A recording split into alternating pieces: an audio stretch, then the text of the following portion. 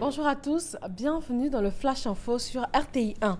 Réunion du groupe consultatif à Paris, la Côte d'Ivoire a obtenu 7 500 milliards de francs CFA, près du double du montant recherché pour financer une partie du Programme national de développement PND 2016-2020.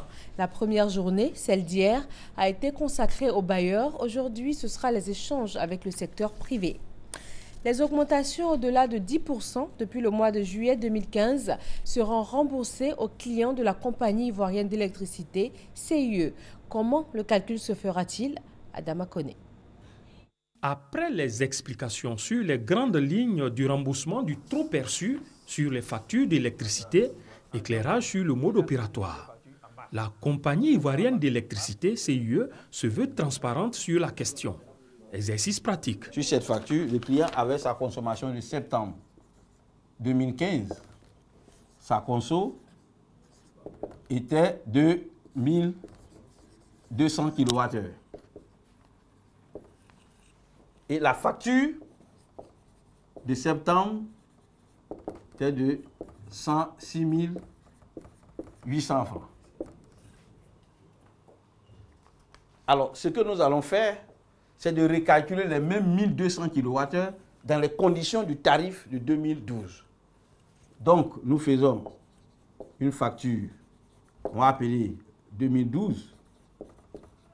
Si on est dans ce cas-là, nous avons 89 925 francs. Donc, on voit bien qu'il y a un écart de 17 800.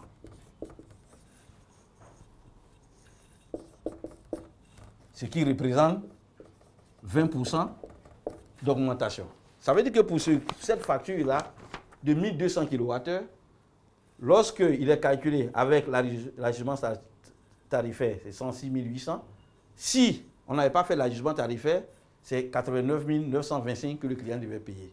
Donc l'écart de 17 000. La décision dit qu'il ne faudrait pas que cet écart-là dépasse 10%. Donc, comme on a 20% d'augmentation, nous allons restituer 10% d'augmentation. Ça fait 8 923 francs.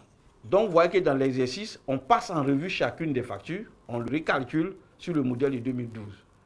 Et lorsque le seuil dépasse 10%, nous positionnons comme remboursement le surplus. Au total, les augmentations concernent les consommations facturées depuis le mois de juillet 2015. Donc les clients ont en leur possession la facture de septembre, la facture de novembre, la facture de janvier et la facture de mars. Ça fait 4 factures. Pour les clients qui sont facturés dans le mois pair, ils ont en leur main la facture d'octobre, la facture de décembre, la facture de février et la facture d'avril. Donc, dans l'un ou l'autre des cas, c'est 4 factures qui sont concernées par cette mesure. Faut-il le rappeler, les abonnés facturés au tarif domestique social évalué à 500 000 clients ne sont pas concernés. Comment reconnaître qu'on est abonné social? Il suffit de regarder en haut à droite de sa facture la mention code 01 qui correspond à cette catégorie.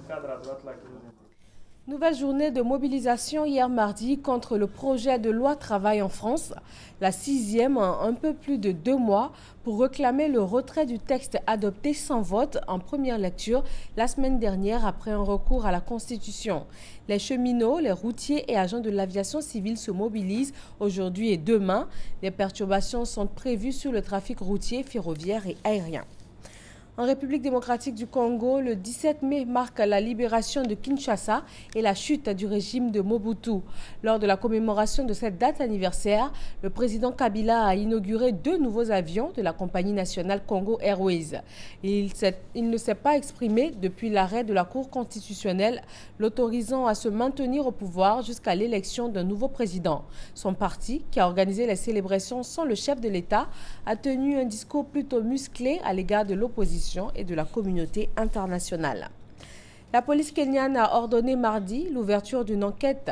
Des policiers ont été filmés en train de battre un manifestant lors de la répression de rassemblement de l'opposition la veille. Une enquête interne est en cours afin de déterminer si des officiers de police ont violé la loi en réprimant les émeutes. Merci de nous suivre. Le journal à 13h sur RTA.